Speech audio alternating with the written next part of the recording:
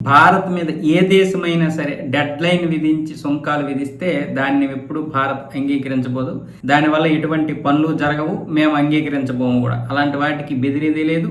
భారత్ని ఎవరూ కూడా బెదిరించి ఎటువంటి పనులు జరిపించుకోలేరంటూ మన వాణిజ్య మంత్రి పీయూష్ గోయల్ అయితే స్పష్టంగా చెప్పేశారు అమెరికాకి. పరస్పర గౌరవం ఇచ్చుకుంటేనే భారత్ దేన్నైనా సరే అంగీకరించగలుగుతుంది.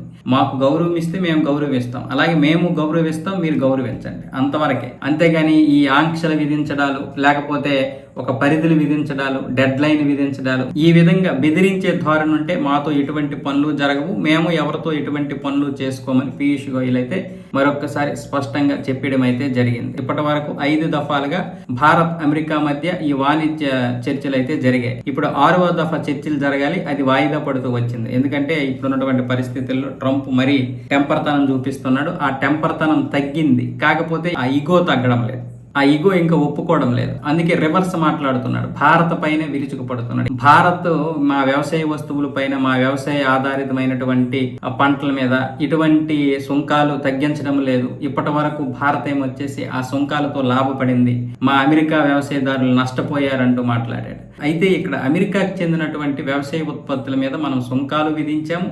ఆ సుంకాలతో పాటు మరికొన్ని వస్తువుల్ని వద్దని చెప్పేశాం. ముఖ్యంగా జిఎంఓ, జెనెటికల్ మోడిఫైడ్ ఆర్గనైజింగ్ చెందినటువంటి కొంత ఫుడ్ మనం వద్దనేసాం. దానివల్ల విపరీతమైనటువంటి కెమికల్ ప్రాబ్లమ్స్ వస్తాయి. అంటే ముఖ్యంగా మనుషులు ఎవరమైతే తింటామో, అది ఏ దేశానికి చెందిన మనుషులైనా సరే తింటే వెంటనే మన లోపల ఉన్నటువంటి బ్యాక్టీరియా చనిపోద్ది అనమాట.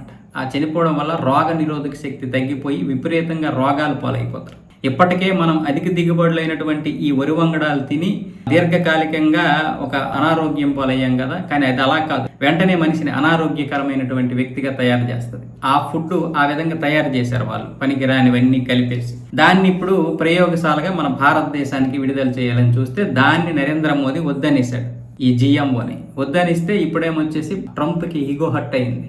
దాంతోపాటు మరికొన్ని బ్లడ్ మిల్క్ అని, కోళ్ళని, ఇలా రకరకాల వద్దనిస్తే ఇప్పుడు ట్రంప్ ఏమొచ్చేసి రష్యా మీద చమురుకుంటున్నామనే ఉద్దేశంతో 50% సుంకాలు అయితే విధించాడు. అందరికీ తెలిసిన విషయమే ఇప్పుడు ఇది. అయితే అది రష్యా గురించి అని కాదని అందరికీ తెలుసు. కాకపోతే ఏదో ఒక పేరు చెప్పాలి కదా. మా వ్యవసాయ ఆధారిత వస్తువులు వద్దనేస్తావా, అందుకే మీపై సుంకాలు విధిస్తామంటే కుదరదు. అందుకని ఈ విధంగా రష్యా దగ్గర చమురుకుంటున్నామనే ఒకే ఒక కారణం చూపించి ఇలాంటి పనికిరాని ఆంక్షలన్నీ చేస్తున్నాడు.